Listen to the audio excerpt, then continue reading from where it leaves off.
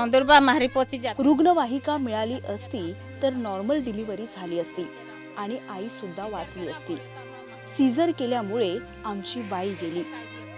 Caesar कसं झालं हे आम्हाला माहित नाही. आणि बेन बेन या 2 जुळ्या मुली आहेत. आम्ही मोलमजुरी करून त्यांना जगवत आहोत. आमचे दिवस कसे काढू कळत नाहीये. आजारी पडल्या तर काय करावं? मुलांना दूध पावडर सुरू आहे. त्यांचा खर्च देखील आम्हीच करतोय.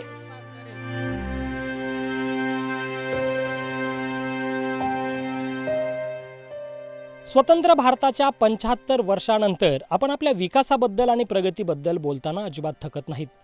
भारताची चमचमती बाजू जगाला दाखवायला तर अजिबात कचरत नाहीत. मात्र या चमचमत्या भारताची दुसरी बाजू देखील आहे. ती म्हणजे खाली पोट आणि अशक्त बालपण. विकासासाठी पोषक वातावरण तयार करताना कुपोषणासारख्या गंभीर प्रश्नाकडे कानाडोळा करून अजिबात चालणार नाही. महात्मा गांधी नेहमी म्हणायचे, जगात अनेक लोक भुकेने इतके व्याकुळ आहेत की त्यांच्यासमोर देव भाकरीशिवाय दुसऱ्या रूपात येऊ शकत नाही. मी आज नेमकं तीच परिस्थिती दाखवायला आलोय. देशाचा GDP ठरवणाऱ्या महाराष्ट्र आणि गुजरातच्या सीमेवर असणाऱ्या नंदुरबार जिल्ह्यात. अर्थात तोच जिल्हा जो जिल्हा महाराष्ट्रातील सर्वात जास्त कुपोषणग्रस्त जिल्हा म्हणून पाहिला जातो. हा व्हिडिओ विकासाची झापड आपल्या डोळ्यावर लावणाऱ्या शासन आणि प्रशासनाने नक्कीच पाहावा. त्यांनीच नाही तर माझ्या तुमच्यासारख्या मेट्रो सिटीमध्ये राहणाऱ्याने देखील शेवटपर्यंत हा व्हिडिओ पाहावा. या लोकांना आपल्या विकासामध्ये नक्की काय स्थान आहे हे स्वतःला विचारण्यासाठी तरी. हा आहे नंदुरबार जिल्ह्यातील धडगाव तालुक्यातील 17 महिन्यांचा सुनील. सुनीलला अजूनही स्वतःच्या पायावर उभा राहता येत नाही, रांगताही येत नाही. सुनील त्याच्या जन्मापासूनच कुपोषणाने त्रस्त आहे.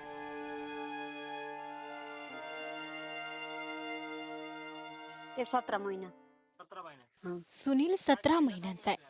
अंडी, खिचडी, भरडा खायला देतो आम्ही. खायला व्यवस्थित मिळतं का? दवाखान्यात कुठे नेलं होतं? त्याला आता खायला व्यवस्थित देतो. धडगावला दवाखान्यात घेऊन गेलो. लहानपणापासून हा असाच आजारी आहे. धडगाव, तळोदा दोन्ही ठिकाणी सरकारी दवाखान्यात घेऊन गेलो, पण काहीच उपचार मिळाले नाही. आम्ही शेती आणि ऊस तोडण्याचं काम करतो. 4 महिने बाहेर काम करण्यासाठी जातो. फक्त सुनीलच नाही तर याच गावात राहणाऱ्या नचिकेतची अवस्था देखील काही वेगळी नाही. नचिकेत 2 वर्षांचा आहे आणि त्याचं वजन फक्त 5 किलो 700 ग्रॅम इतकं आहे. आता हळूहळू नचिकेतची तब्येत सुधारते, पण कुपोषणाने त्रस्त असणाऱ्या नचिकेतच्या मोठ्या भावाला आपला जीव गमवावा लागला. कुपोषणाची ही भीषणता सांगताना नचिकेतची आई नंदा वळवी यांच्या डोळ्यात अश्रू तरळतात. माझा मुलगा आता 2 वर्षांचा आहे. त्याचं वजन 5 किलो 700 ग्रॅम आहे. याआधी आमचा एक मुलगा होता, पण तो गेला. त्याच्याकडे कुणीही पाहिलं नाही. ग्रामीण रुग्णालयानं देखील लक्ष दिलं नाही आणि अंगणवाडी सेविकेनं देखील न पाहिल्यानं माझं बाळ गेलं. आम्हाला खासगी गाडी करून दवाखान्यात जावं लागतं, तरी याकडे कोणीही लक्ष देत नाही. माझ्या 2 मुलांना नेहमी इतक्या दूर दवाखान्यात घेऊन गेलो, तिथं कोणीच लक्ष दिलं नाही. त्यामुळे माझं बाळ गेलं. खूप अडचणी आल्या. आम्ही रुग्णवाहिका बोलावली, पण माझं बाळ गेलं तरी ती आली नाही.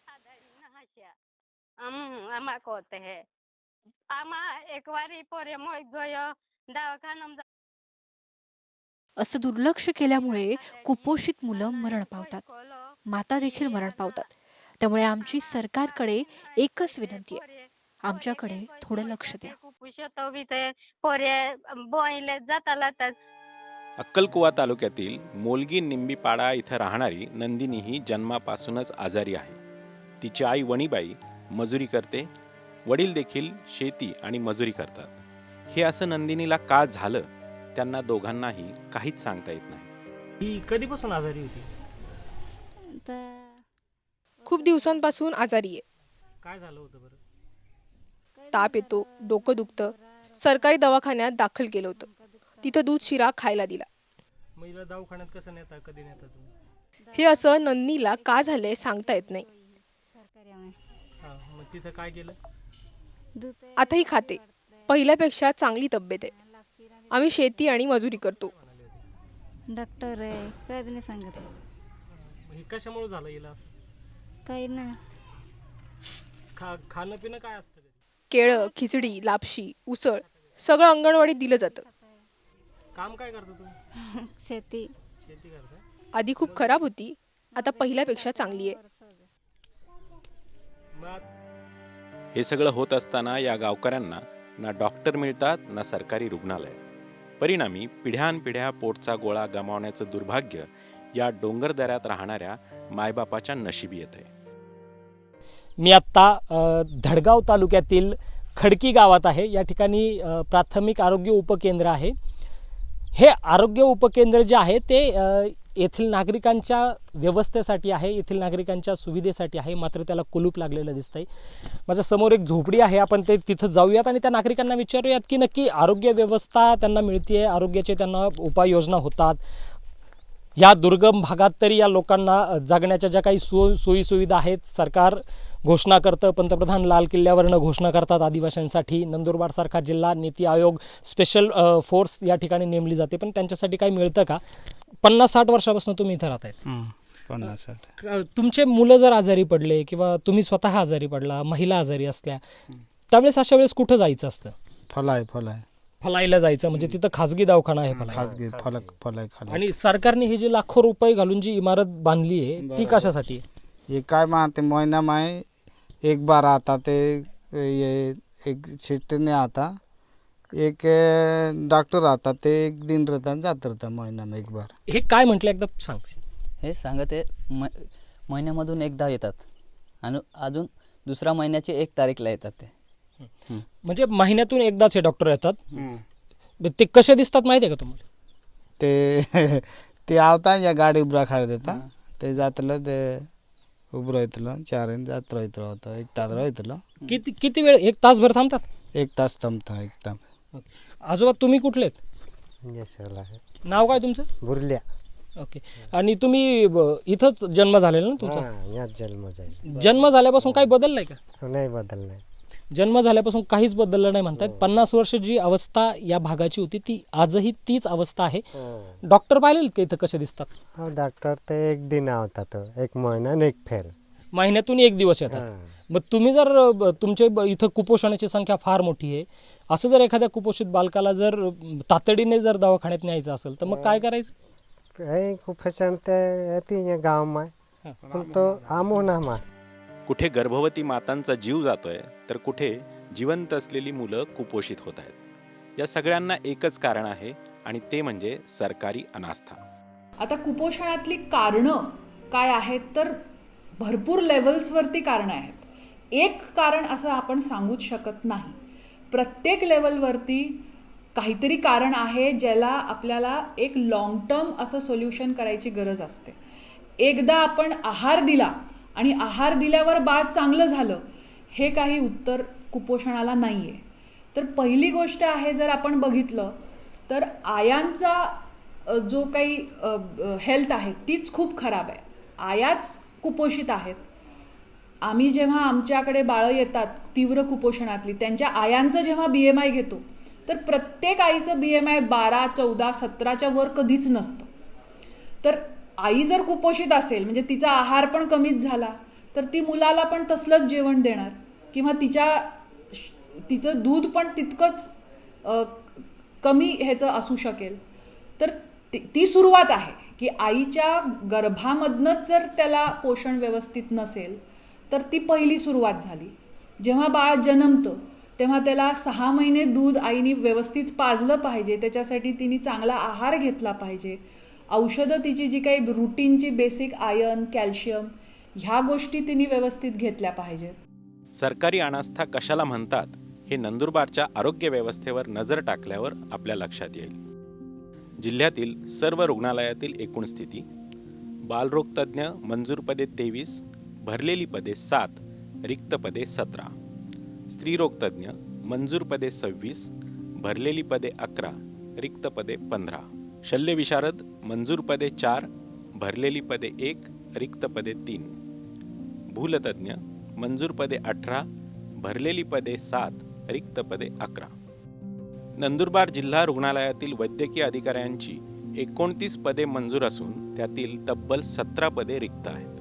जिल्ह्यातील अधिपरिचारिकेचे एकूण 337 पदे मंजूर आहेत. त्यापैकी 77 पदे कंत्राटी स्वरूपात तर 111 पदे रिक्त आहेत. त्रस्त गावकरी आणि सामाजिक कार्यकर्ते किमान कधीतरी या दुर्लक्षित भागाकडे पाहावं अशी विनवणी सरकारला करतायत. आज नंदुरबार जिल्ह्यात एवढं कुपोषणाचं प्रमाण आहे तरी महाराष्ट्राचे मुख्यमंत्री आहे ते फक्त दौरे करतायत, बाहेर दौरे करताय. नंदुरबार जिल्हा हा महाराष्ट्रात आहे की नाही आहे हे सुद्धा माहिती नसेल मुख्यमंत्री साहेबांना. तर कुठेतरी लक्ष घालायला पाहिजे आणि विशेष करून आरोग्यमंत्री हे तर इथं आजच्या घडीला विजिट करायला पाहिजे. महाराष्ट्रात सर्वात जास्त जर माता मृत्यू बालमृत्यू जर असेल तर नंदुरबार जिल्ह्यात आहे. त्यामुळे आरोग्यमंत्र्यांनी तात्काळ विजिट मारायला पाहिजे आणि कुठल्या कारणामुळे माता मृत्यू बालमृत्यू होतोय हे आरोग्यमंत्र्यांनी सविस्तर खेड्यापाड्यावर जाऊन बघायला पाहिजे. आमच्या गावामध्ये आमच्या पाडामध्ये अंगणवाडी राहत नाही, कधी येत पण नाही, कधी ते आहार पण आम्हाला देत नाही कोणाला. येते ते महिन्यातून एखादा साहेब आला, शिवसाहेब किंवा एखादा तहसीलदार आला तेव्हा एवढंच येते ती. आणि एखाद्याला का अंडे काही पण नाही देत, दूधचा व्यवसाय नाही देत आणि काही केळी नाही देत, कोणताच पदार्थ देत नाही ती. आणि ती फक्त पगार घेण्यासाठी आणि ते आहार भेटतं ते आम्हाला कोणत्याच मुलांना नाही देत. कोणी सरकार पण आमची काय देखरेख करत नाही. नंदुरबारची अवस्था महाराष्ट्राला दाखवण्यासाठी महाराष्ट्र टाइम्सने आधी रस्ते मार्गाने आणि नंतर डोंगरदऱ्यात चढत आदिवासी पाडे गाठले. जळजळीत वास्तव त्यांच्याच तोंडून जाणून घेतलं. पण मन सुन्न करणारं हे चित्र बदलायचं असेल तर आधी ग्राउंड लेवलला खरंच काही पोहोचतंय का, नेमकी समस्या काय आहे हे समजून घेणं गरजेचं आहे. सगळ्यात महत्त्वाचं कारण आहे की समाजाची स्वतःच्या मुलांबद्दल, पुढच्या पिढीबद्दलची अनास्था. दुसरं ॲक्सेस टू हेल्थ, म्हणजे आमचे काही भाग इतके दुर्गम आहेत की तिथे आपल्याला पायीच जावं लागतं. तिकडे मोटरसायकलसुद्धा जात नाही. काही गावं अशी आहेत की नर्मदे किनारी बोटीनीच जावं लागतं. तर इथे अंगणवाडी सेविका पोहोचणं किंवा एखादा प्रशिक्षित डॉक्टर पोहोचणं किंवा इथला पेशंट डॉक्टरकडे येणं ही एक अत्यंत कठीण गोष्ट आहे. आणि हा नुसता वैद्यकीय क्षेत्रापुरतं मर्यादित नाही. तुम्ही म्हणालात काय करायला पाहिजे, वैद्यकीय क्षेत्राने तर जास्त प्रामाणिकपणे काम केलं पाहिजे, डॉक्टरनी केलं पाहिजे, नर्सेसनी केलं पाहिजे, अंगणवाडी सेविका, आशा वर्कर, आता ह्यांनी तर काम केलंच पाहिजे. परंतु सरकार आणि राजकीय शक्ती ह्यांना पण खूप इच्छाशक्ती असल्याशिवाय ही समस्या दूर होणार नाही. ऑगस्ट 2023च्या अखेरपर्यंत नंदुरबारमध्ये तीव्र कुपोषित बालकांची संख्या 1638, मध्यम कुपोषित बालके 11,366. एकट्या नंदुरबार जिल्ह्यात सध्या 13,000पेक्षा जास्त कुपोषित बालके. ही भयावह परिस्थिती हाताळण्यासाठी जिल्हा परिषद काम करते, पण कुपोषण हे प्रचंड हाताबाहेर गेले. सरकार मदत पाठवतंय, पण ती डोंगरदऱ्या पार करून आदिवासी पाड्यांपर्यंत पोहोचतच नसल्याचं स्पष्ट दिसतंय. ये सब कुछ आंगनवाड़ी ग्राम पंचायत लेवल पे ही होता है. सब कुछ प्लानिंग जो है, बस हमारा ये है कि हम लोग अच्छे से उसको मॉनिटरिंग करें और इंश्योर करें कि आंगनवाड़ी सेविका अपना काम अच्छे से कर रही है और जो ग्राम पंचायत लेवल पे जो समिति है वो अच्छे से काम करके जो भी खाना है वो टाइम पे देना और अच्छा क्वालिटी का देना. ये हम लोग बस मॉनिटरिंग करने का हम लोगों ने किया है. तो हम लोग इसको अच्छे से मॉनिटरिंग करके इंश्योर करेंगे कि सारे मदर को प्रॉपरली खाना और सारे बच्चों को भी अच्छा खाना मिले.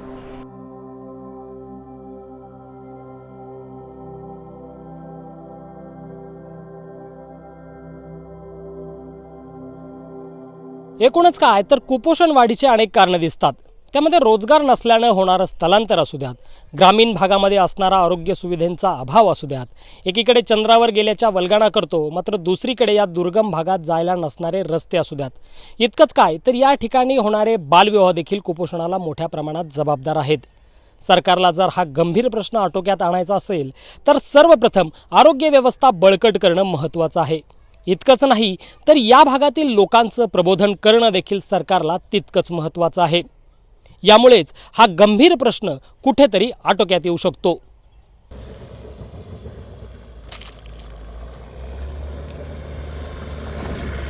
उमेश पांढारकरसह अभिजित कराडे, महाराष्ट्र टाइम ऑनलाईन, नंदुरबार.